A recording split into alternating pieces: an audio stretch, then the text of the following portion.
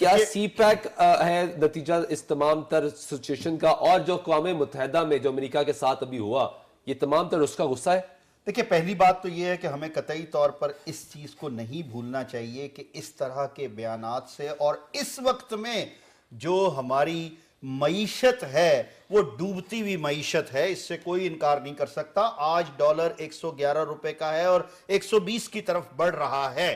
آج stock market دیکھی جائے تو 59,000 سے نیچے آ کے 35,000 38,000 کے درمیان میں چل رہی ہے۔ یہ بہت بڑا المیہ ہے، اور آج دنیا میں یہ بات ثابت کی گئی ہے کہ جب بھی آپ نے قوموں کو ختم کرنا ہے، ملکوں کو تکلیف میں لے کر جانا ہے، تو ان کی معیشت کو زیادہ سے زیادہ نیچے لایا جائے اور خراب کیا جائے۔ اب جیسا کہ آپ نے فرمایا، اس میں کوئی شک کی بات نہیں ہے کہ ایک طرف ہم جب سی پیک کی بات کرتے ہیں تو سی پیک ایک ایسا پروجیکٹ ہے جو ملک کی تقدیر بدلنے جا رہا ہے۔ میں اس کو اس طرح سے دیکھتا ہوں کہ لیکن صاحب اب ہم سیریا نہیں ہیں، ہم عراق نہیں ہیں، ہم اس طرف بھی آ افغانستان رہے نہیں ہیں، ہیں، ہم نیوکلیئر پاور ہے۔ ذرا سمجھیے گا، لیکن بہت ساری ایسی چیزیں ہیں کہ اگر سی پیک ہونے جا رہا ہے تو کیا سی پیک میں پاکستان کا ہی مفاد ہے؟ میں سمجھتا ہوں ہمارا تو شاید 20% ہوگا، 80% امریکہ بھی خائف ہے کہ چائنا جو ہے وہ کون سے یہ جو ون بیلٹ ون روڈ کے طریقے سے چل رہا ہے، وہ اس سے وہ کہاں سے